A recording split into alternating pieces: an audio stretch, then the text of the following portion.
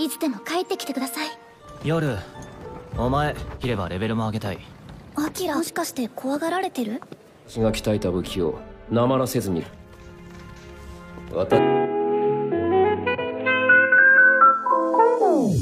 Hey para kru Movie Senpai, apa kabar? Kembali lagi sama gue di channel yang selalu setia nemenin kalian menjelajah dunia anime tanpa ribet. Di sini kita nggak cuma ngebahas sinopsis biasa, kita bakal nyemplung ke alur cerita, mengupas karakter favorit, sampai kejutan-kejutan yang bikin kamu wowok atau ngakak. Buat yang belum nonton anime yang kita bahas, jangan khawatir, kita kasih konteksnya. Buat yang udah nonton, yuk kita bernostalgia dan temukan hal-hal yang mungkin kamu lewatkan. Oke, tanpa berlama-lama lagi, kita langsung aja menyelam ke alur cerita Ansatsu Sade Aru Oreno Status Gayusa Yorimo Akiraka ni Suyoi no Daga episode kelima. Aduh, panjang banget lagi judulnya. Jangan lupa kalau suka sama konten kita, dukung dengan like, subscribe, dan lonceng notifikasinya diaktifkan ya. Yari.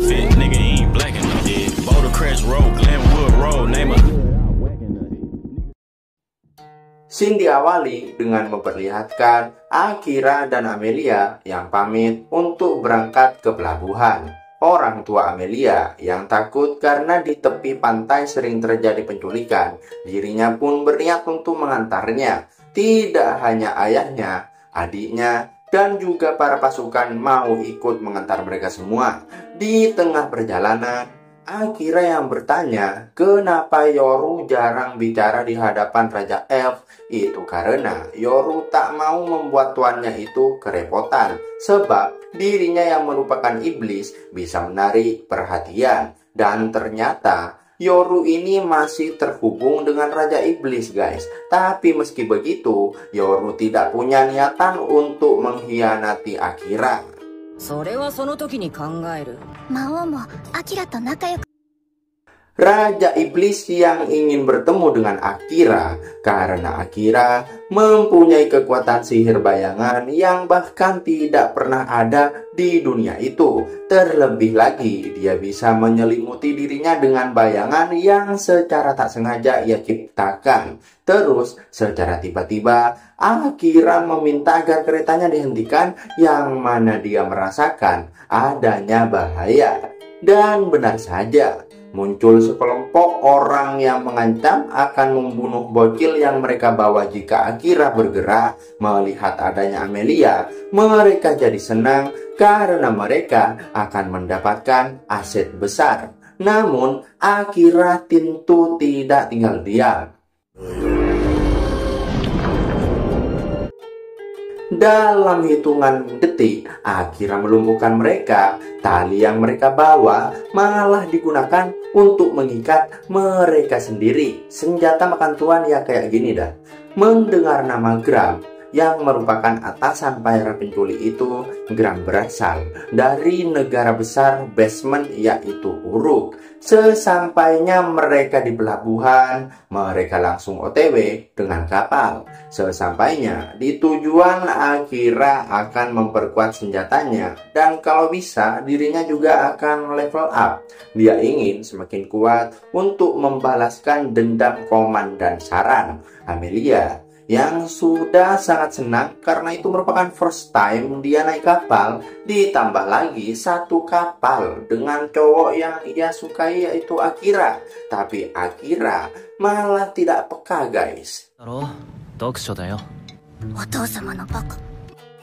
Singkat cerita, di malam harinya di tengah laut terlihat Akira yang sedang membaca buku. Singkat waktu, tibalah mereka di benua basement yaitu Brut. Sekarang mereka berada di kota pelabuhan Uruk. Baru aja turun, malah ada masalah. Terlihat dua monster yang mengganggu yang hendak menculik Amelia. Merasa jika manusia dipandang rendah di sana, ini yang Akira lakukan. Terlihat semua pandang orang-orang di sana tertuju pada Akira dan Amelia. Tatapan mereka seakan ketakutan karena ternyata Penduduk di sana membenci kucing hitam. Yoru menjadi perhatian semua orang. Terlihat juga ada seseorang yang mengintip pergerakan Akira singkat waktu. Setelah selesai makan malam di apartemen atau hotel, gue juga nggak tahu itu apa, mereka yang hendak tidur karena tempat tidurnya sangat besar, luas, apalagi ada dua.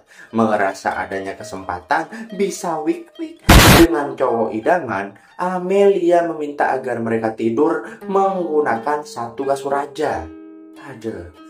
Yoru yang jadi obat nyamuk pun merasa nggak enak dan pergi entah kemana biar wangi lagi. Saat bermain dengan babang Akira, Amelia pun langsung mandi dan akhirnya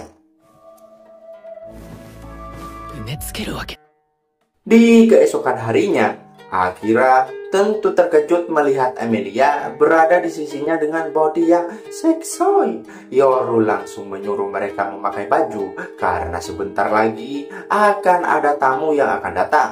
Muncullah tukang pandai besi yang bernama Crow. Alasan Yoru tadi malam keluar yaitu untuk memanggilnya.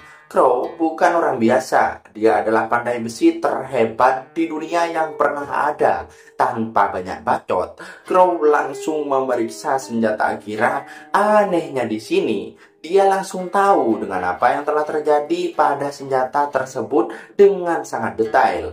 Hanya dengan melihat bekasnya aja. Crow bisa memperbaiki senjata tersebut, tapi tergantung dengan uang dan bahannya. Akira yang juga ingin mengisi ulang sekitar 20 senjata lempar. Crow langsung tahu bahwa Akira ini adalah seorang assassin. Semua pengetahuan Crow itu bukan tanpa alasan, sebab dulu dia adalah anggota dari party sang pahlawan yang selamat. 核には難があるが腕は Meskipun percaya dengan kemampuan Crow, tapi Akira kebingungan dengan cara mencari bahannya. Yoru menyarankan agar mereka memburu monster di labirin, menyimpan bahan yang dibutuhkan, lalu menjual sisanya untuk mendapatkan uang. Di tengah obrolan mereka mengenai labirin, Amelia izin keluar untuk berbicara suatu hal dengan Crow. Akira meminta Yoru untuk mengikuti Amelia, sedangkan dirinya akan mengintai labirin terlebih dahulu.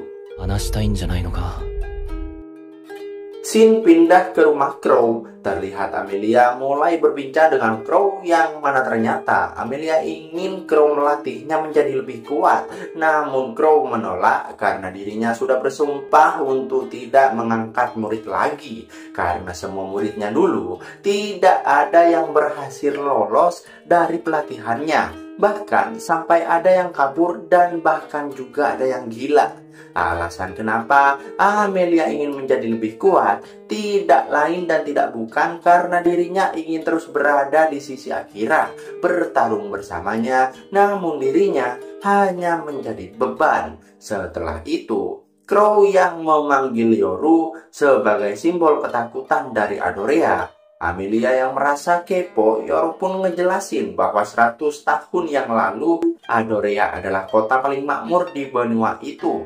Yoru diperintahkan Raja Iblis untuk menyerang kota tersebut. Tugas Yoru hanya mengintimidasi orang yang punya kedudukan, tapi dia malah keasikan hingga membuat seluruh Adorea hancur lebur.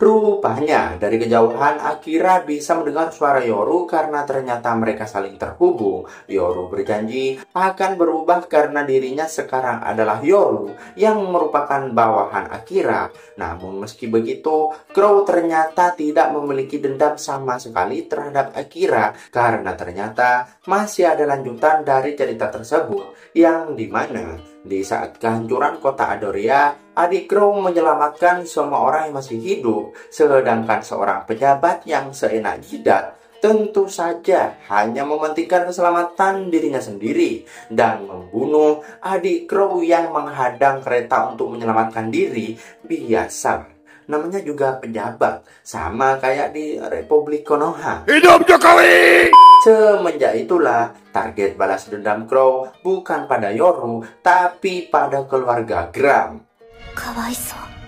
違う。 Amelia merasa Crow sama seperti dirinya yang lari dari kenyataan dan menjadikan adiknya sebagai alasan.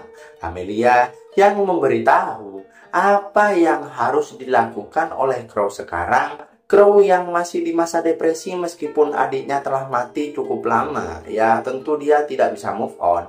Dia menyuruh Amelia pergi. Scene lalu pindah pada Akira yang lagi mengintai labirin, namun secara nggak diduga ledakan terjadi, membuat semua orang lari, kocar kacir, awan mulai gelap, dan muncul aura aneh berwarna biru yang bisa menyerang. Entah apa itu, gua juga belum tahu. Melia yang mencoba melawan, namun sia-sia. Yoru juga ikut membantu mengevakuasi para penduduk. Tak lama, muncullah seseorang yang mengenali siapa sosok Amelia. Entah siapa orang itu, gua juga belum tahu. Amelia juga pernah melihat orang tersebut. Orang ini bernama Aurum Tres. Dia diperintahkan oleh Raja Iblis untuk membunuhnya.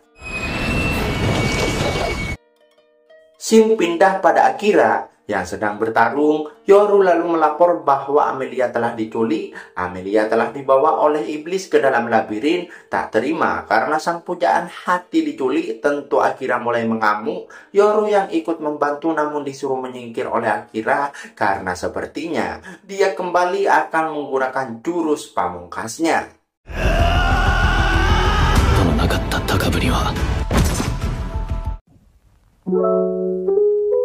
Nah, Senpai, itu dia alur cerita yang kita bahas hari ini. Seru banget kan? Dari awal sampai ending bikin gregetan, haru, bahkan sampai senyum-senyum sendiri. Jangan lupa share pendapat dan teori kamu di kolom komentar ya. Kita mau banget dengar suara kalian. Jangan lupa juga subscribe dan nyalain notifikasi biar nggak ketinggalan episode breakdown anime seru lainnya.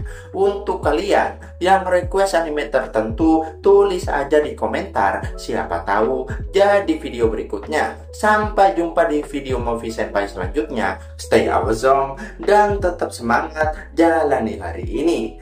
Yaru. Fit nigga ain't black and dead. Boulder Crest Road, Glenwood Road, name a